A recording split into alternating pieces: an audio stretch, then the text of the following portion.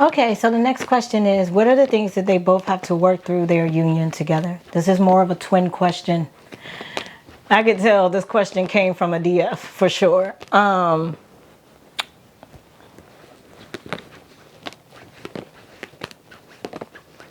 The things that they'll be working through within their union, and what I'm going to do is actually lump, because there's a question that flashed in front of me.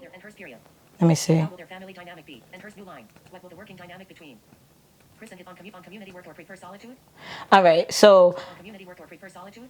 Chris and his twin be like? okay, so I'm going to lump in what would the working dynamic be between the two?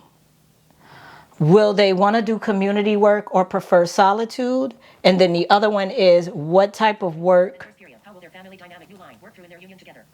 and what would they work through in their union together? I'm going to just put them together because they go hand in hand, right? So what would they work through in their union together really pretty much ties into whether it will be community or solitude. Basically, it's going to be both. But I feel like in the beginning, it will be extreme solitude. I just feel like they'll take a missing from their families. It would be hard for anybody to get in contact with them because Chris is going to have a lot of shock. He think he experienced them in tidbits now, and which he does, but he's going to have a lot of shock to his body. And this is very similar to what happens. Again, I told y'all, like, he's a ghost. He's much equivocal to a ghost is what Spirit is saying. And sometimes if you do manage to cross over and you're still traumatized, what the angels do, like, this is where we get this shit from. As above, so below. They wrap the soul, the spirit, and they nurture the spirit. It's like when you give birth to a baby, and then when the baby comes out, they immediately wrap the baby tight and give the baby skin to skin with the mom. That's what's going to happen to him when they physically come together at first. And he'll need that skin to skin contact as if he's being literally reborn again. Okay. And so, and all those memories, because remember, y'all know that saying, your life flashes before your eyes when you're crossing over. It does. But what it is Sylvia Brown kind of put, in her teaching, she kind of put like,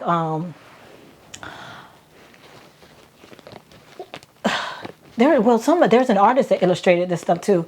The way she describes it is the way the human mind can fathom it. So basically, she describes it as if you go in this room and all around you is your life. Like if you could imagine the Jumbotron screen, and it plays out from the time you're born all the way up until you die.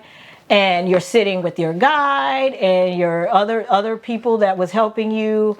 And you're going over things. And sometimes when people see the things that they've done, they freak out. Because it's the role that they played, certain things that was done to them, it still makes them feel traumatized. So what they'll do is the angels take you and they wrap you and they put you under in a securing way, like real tight, like how we do with babies. And like I told y'all, where do you think we learn this stuff from?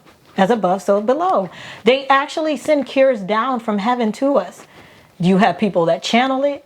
They put little clues for us, the scientists, to follow, and all that stuff. That comes from the heavens. For real. And so I feel like when they first come together, it's going to be something like that. He's going to enter into her space and just be in so much shock. I see him crying a lot. And just, getting his body alchemized. And she's a healer. So I see her working her hands over his body. There's also physical merging as well. So loads and loads of sex there. They'll be having conscientious sex, by the way, might I add. Okay. Because of the sexual traumas. What else? They'll be doing the solitude and just getting away from everything and everybody, and just, how people feel like, oh, he's wasting time. No, he's not. They'll have plenty of time because they are going to be just damn near in like this place together in solitude, getting it together. Now, after that, they will remerge back into the world. But then I see them both crying. Like, okay, and then for her, let me see if there's any healing things with her. Yeah, I see him like peeling her, like getting her to stay vulnerable all the time, you know, getting her to stay in her heart space all the time, getting her to see outside of the darkness, like when she sees the darkness, how to alchemize it. You know, just her just being in his presence, him being in her presence, that's gonna shock her because, wow, hold on, this ties into my oh my God, so those three crypt creeper, so that's why they're referencing his song Shooter too. Yeah, so if y'all haven't seen my reading on the unavoidable embarrassments, yeah, there's a dream I had. There were like 3 divine masculines left on there, and they started becoming skeletal. He's supposed to like come to her in that way, and I think what he thinks is he's supposed to get perfect, but that's what's keeping him going in circles and keeping him with the 25%ers. But he is supposed to go. And child, well, if mine was on there too, I definitely was like, oh no. Like I didn't even let them I left the parking lot before they could get off. Like I didn't even want to know if they were going to choose to get off the bus. But this is the thing. This is what he understands too. You know, and that's going to hurt him. He's a very damaged man, not just, people think he just have this low self-esteem and that it's like an energetic thing, like how people could be, you know, nice looking and stuff, but then they think they're ugly. Yeah, psychologically he could have. I'm not a psychologist, you know, I can't make no diagnosis or nothing, but I often speculate that he has, you know, body image issues, body dysmorphia. But that's just because he reminds me of my mom in that way, and I always kind of like tease her about it, not in a bad way. I'm just like, hey, I think you, and she goes, hey, I think you might be right. Let me read it. And then she'll get her DSM book, and she's like, I think I do have that. So that's what therapists who never got their license do. You know, we still have the DSM, and we still, you know, look up stuff and like, oh, might be, but I don't have the papers to write this up on myself. Isn't that interesting though? What divides a person from being able to do something is a piece of like numbers and a piece of paper. That's what I'm telling y'all 25%ers do. But you could have like a gifted ass therapist who may not be licensed, but could be way more skilled than a licensed therapist. Because actually the reason why I got out of it was because the higher I went, the more robotic I felt they were trying to make me, and they were taking me out my heart space.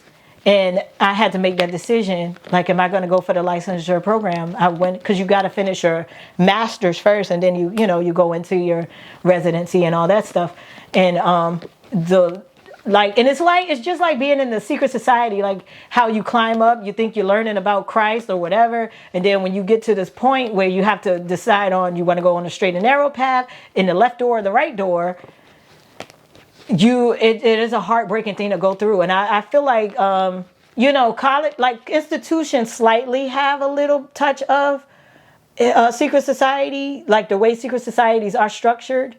I believe they were modeled after that, but only the prestigious colleges still have the Toltec lessons and all the mystery school teachings in it. Like Harvard has a thick ass curriculum with metaphysics and stuff infused in it that students have to learn. But if you go to a regular university, that's why it's so hard to get in those prestigious universities. You have to be skilled. Why did I tell you? I didn't told y'all why. Because 25%ers are always looking for 5%ers to initiate in within. That's why. So they always find different ways to do it. Oh, we could get the real geniuses through the colleges. We're going to get them through their talent, let them submit things, and we're going to look at their birth charts and see. They look at all that shit. And they do gatekeep, and they bring you in just to keep their energy alive, just to siphon. So anyway, damn, I forgot the point. Oh, but anyway, so like, back to her though. So with him, he's gonna always try to keep her in her heart space, because even just like I seen in my dream with those skeletal things, even myself, one of those 3 could have been my twin.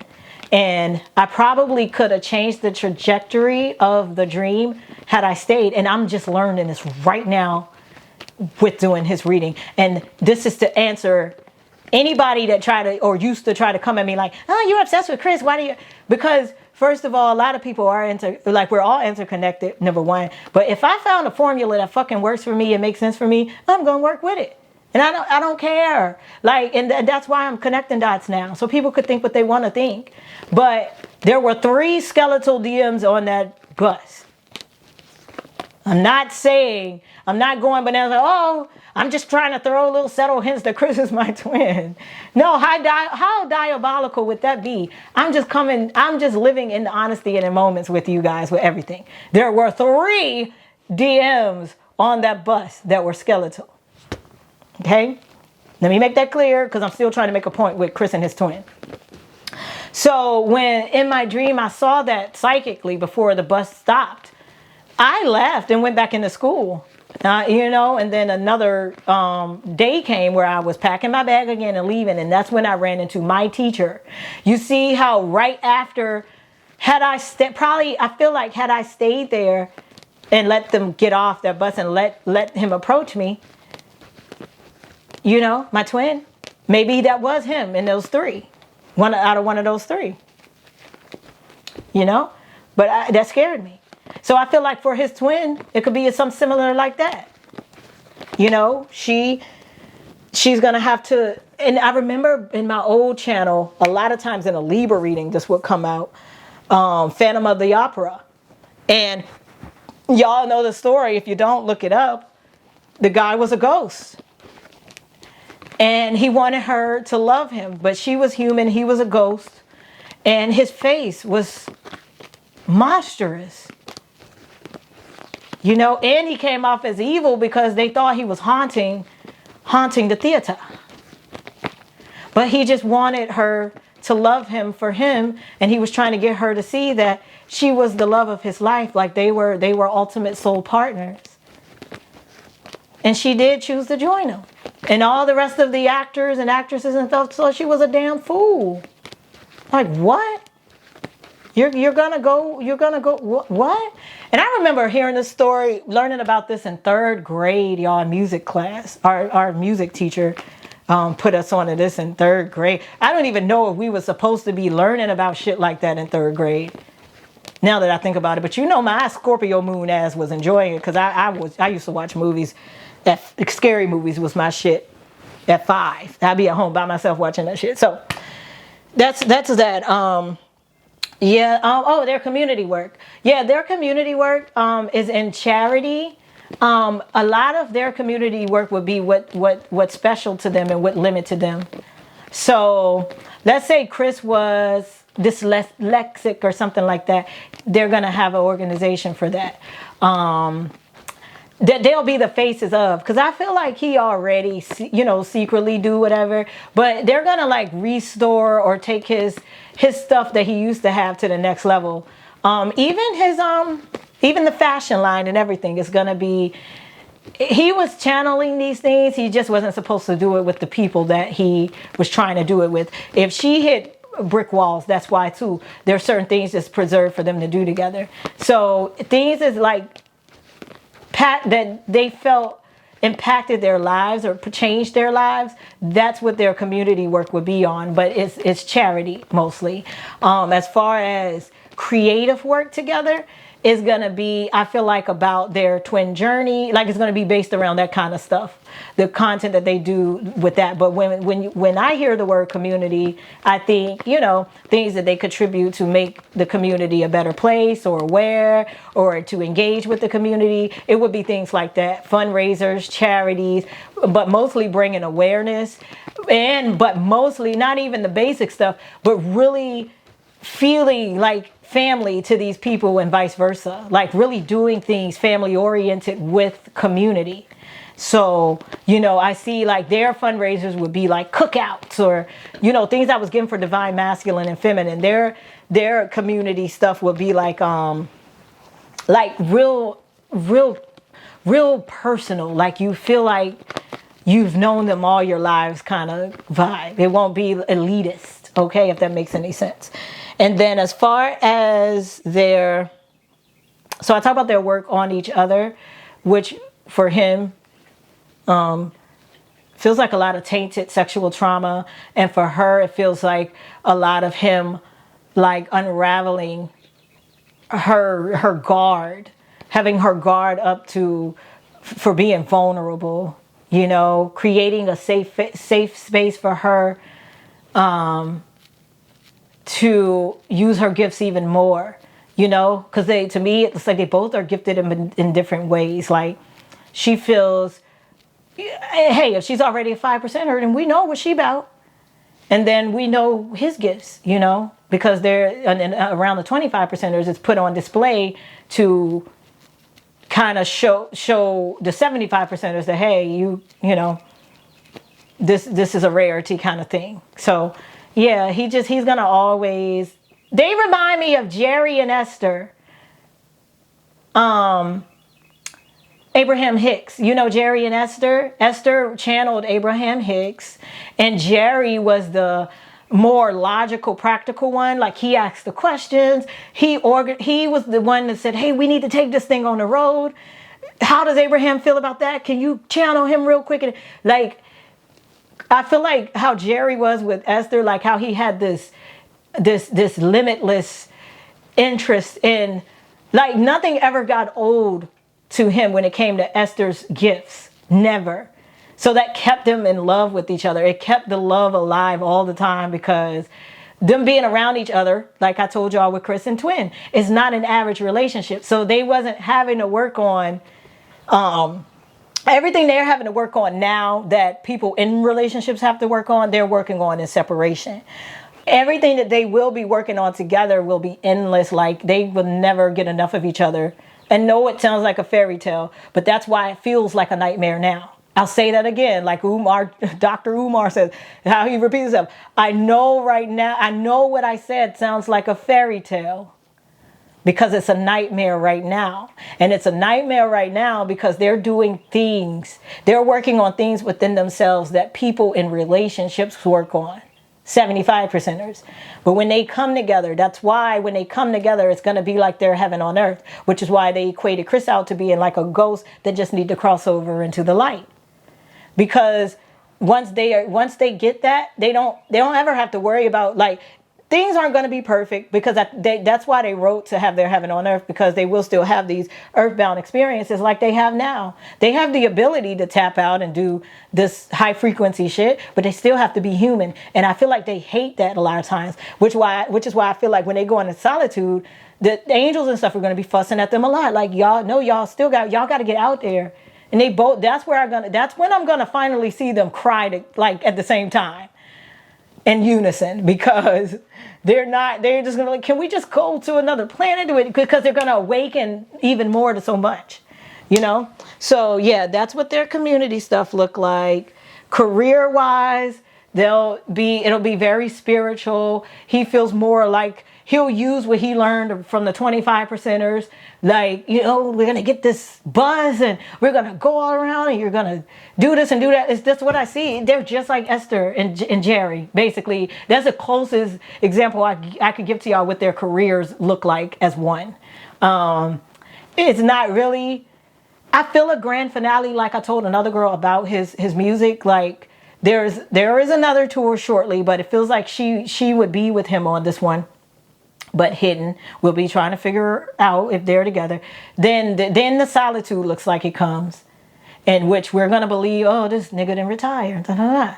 Then he'll have that 50th anniversary comeback, or because he's 50 or somewhere in there, like Michael Jackson, there will be a comeback. And that's going to cause a mania as well. And that one I don't want to go past because it makes me feel weird. Like, that scares me. And maybe they'll have a lot of fear around that time too of what's next for them, because the energy will be so intense. But there you guys have it.